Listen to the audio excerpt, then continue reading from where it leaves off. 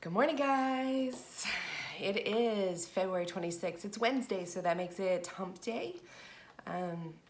Everybody's like super excited to get halfway over the week, I guess. I don't worry about it. I don't know. I've never been big on countdown weeks.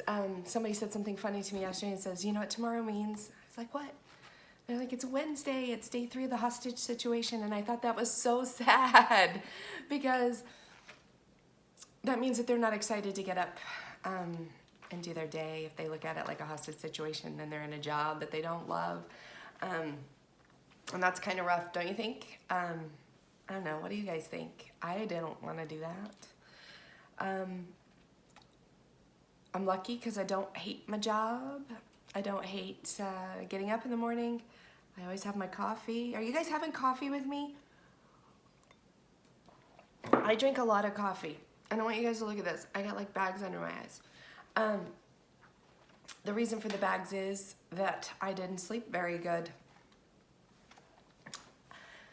And I didn't sleep bad either, if that makes any sense. I woke up a few times and I had my brain was on and going, and I really just wanted to snuggle in and sleep for a little longer. But I have this problem where when my eyes open, or as soon as I become aware that I'm waking up, I'm done. I could sit there for days and try to fall back asleep, and I won't fall back asleep. So I got up and I came to talk to you guys. I got ready really, really fast and decided I'm just gonna go have coffee and talk to these guys, because one of the things that happened last night is that as I was going through the aspects and I'm looking at the charts, and I realized that there's not a whole bunch of significant change. So everything that was happening yesterday, so if you didn't watch yesterday's video, go watch it, kind of carries through to today. And we're going to continue in with Mercury retrograde. And so I thought to myself, yesterday I got a few questions, lots of DMs actually, asking about Mercury retrograde, with specific signs and with if I was born in a Mercury retrograde. Oh, my rising sign is Mercury, or my rising planet is Mercury. Not my rising sign, because Mercury is a planet, not a sign. But their ruling planet for their sign might have been Mercury, etc. And I realized that we've kind of found ourselves in a culture where we hear the words Mercury retrograde all the time, and people are like, oh, it must be Mercury retrograde. Which bugs me a little, because it's kind of like this mainstream thing, and it's not what everybody makes it out to be. It's not like Murphy's Law. Like, that's what they're using it as. Like, it's Murphy's Law or bad karma, and it shouldn't be looked at like that. But it is some weird planetary setup, right? So I was reading an article last night trying to come up with a great analogy or comparison to teach you guys a little bit about it. And this analogy, metaphor, whatever you want to call it, described that if you were sitting in a car and a car passes you, you can tell that it's going faster than you, because Mercury has a much shorter orbit than planet Earth, right? And so we end up with Mercury in what appears to be retrograde 3-4 times a year. And so if you're in this car and the car goes past you, you know that it's moving faster than you, right? But if this car's going faster than you and it slows down and you pass it, do you see that? It almost makes it look like that car's going backwards. If you've ever been sitting in a parking lot and you're creeping in super slow and the car next to you starts to pull out and you like jerk and stop. I do that all the time. It feels like you're moving at a different rate, okay? So now you got this car that you passed because it slowed down fast, and then it kicks on the gas and like zooms past you, right? And there's a little cloud of dust as it goes past you again. Then it looks like it's going way faster, right? This whole motion is what Mercury retrograde is about, right? So it comes around on a different side and it looks like it does this and it looks like it's going backwards, but it's not actually, but it is in a resting phase. So that resting phase in astrology means that basically Mercury is napping and it's not controlling the things with the same hand on it as normal, right? So it rules communication and coding, even like computer coding. So travel, bill paying, guys, anything that deals with communicating, import, export, all of it, right? So we just found out in Mercury retrograde that China stopped all export. Yes, I know what it's from. I know the reasons behind it. I know the coronavirus and the lack of, but right, that would be the type of thing that Mercury is in control of, is this import export and the relay of communication and the ability to do trade. Computers crashing. Everybody talks about how my computer's acting wonky or my radio in my car's acting wonky. You like my word wonky? I do too. So those things make it so that those things are disrupted during this resting phase. And then I promise you, if you keep doing the work, when Mercury does that takeoff again, then everything's going to fall into play. Now, I'm not going to say don't do anything, right? But just be cautious. I always tell everybody, I have a great Mercury retrograde every time.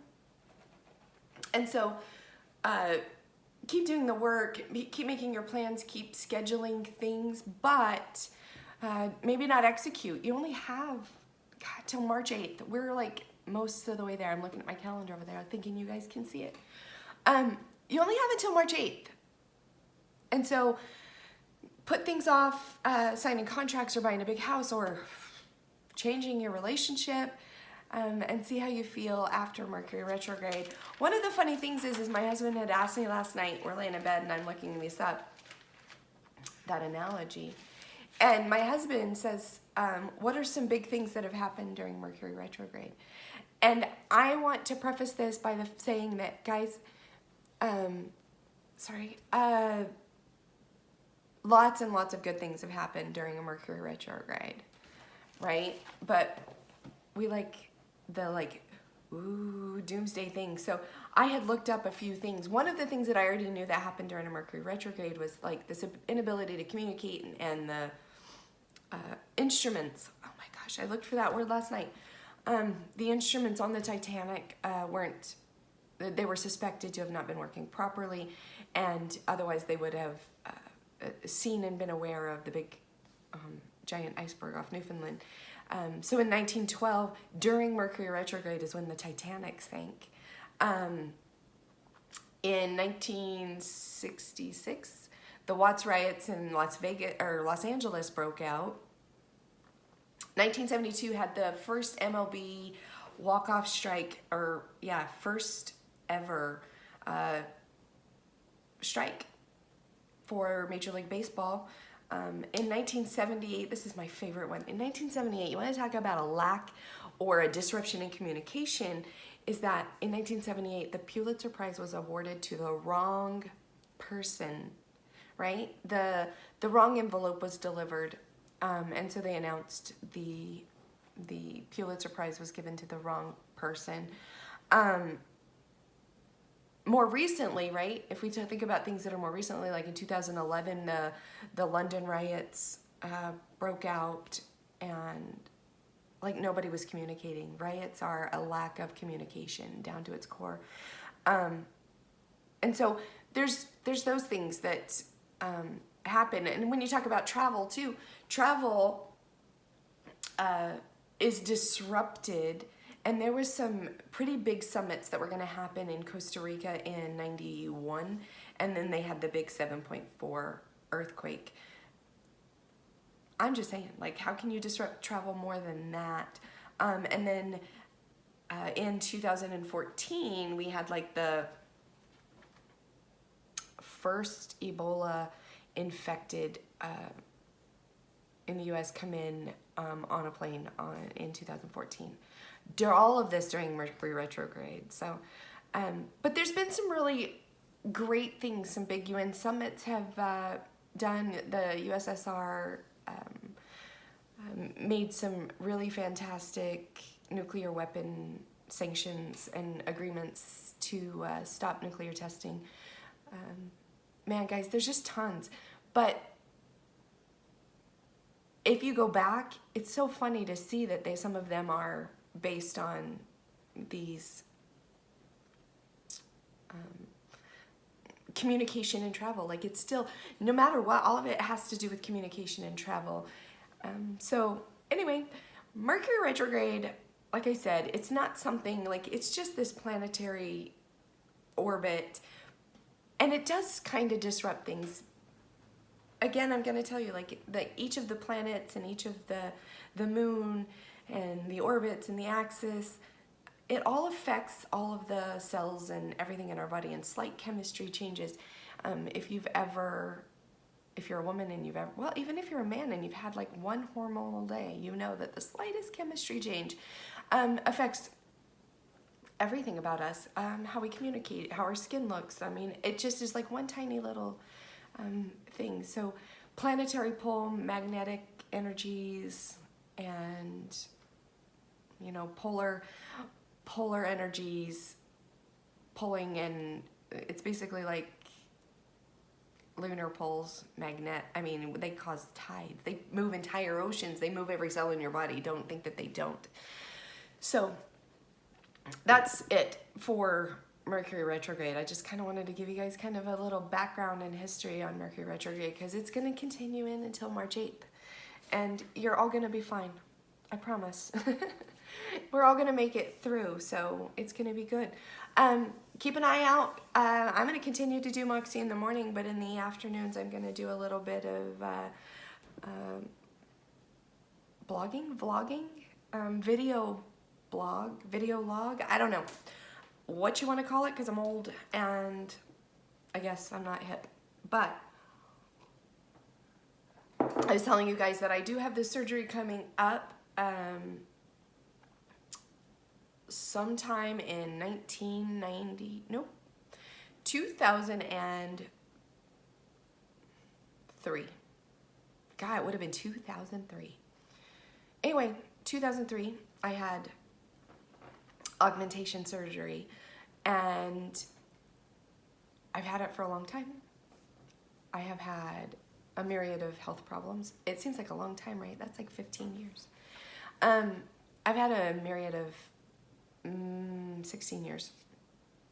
A myriad of medical problems, and a while ago, the left implant ruptured, and just so you know, most insurances won't cover the removal or repair of a cosmetic procedure gone bad. Even though it's causing some health issues, it was still the result of a cosmetic procedure. It's been a big, long fight to get it taken care of. So anyway, I am going to start kind of documenting that and how I feel, and because it's been super emotional, and